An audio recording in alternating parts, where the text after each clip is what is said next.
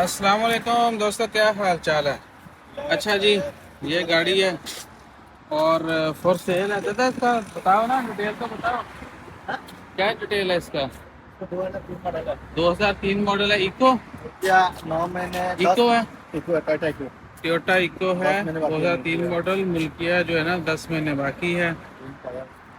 Tyre check करें भाई, alloy rim में नया टायर है और मैनुअल है ना। मैनुअल है। स्टार्टिंग की पावर नहीं है।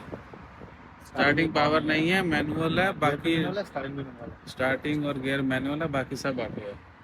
एसी वेसी बेस्ट है, है। बस चलता है पूरा। रंग रूप हर चीज़ ओके है, कोई आपको टेंशन की लोड नहीं है। गाड़ी लो भगाओ। दादा फाइनल कितना है? 900 रहा।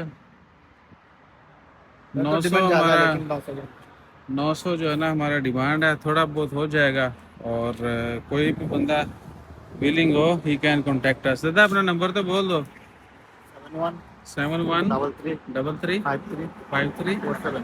फोर सेवन अगर जिसको चाहिए स्टार्टिंग भी जो स्टार्टिंग है वो भी मैनुअल है, गियर भी मैनुअल है। ओके, जिसको चाहिए उसमें कॉल करने का, आई नहीं बात। चाहिए तो अगर नहीं है। हाँ, ये कॉल करके मत परेशान करना है कि गाड़ी क्या है।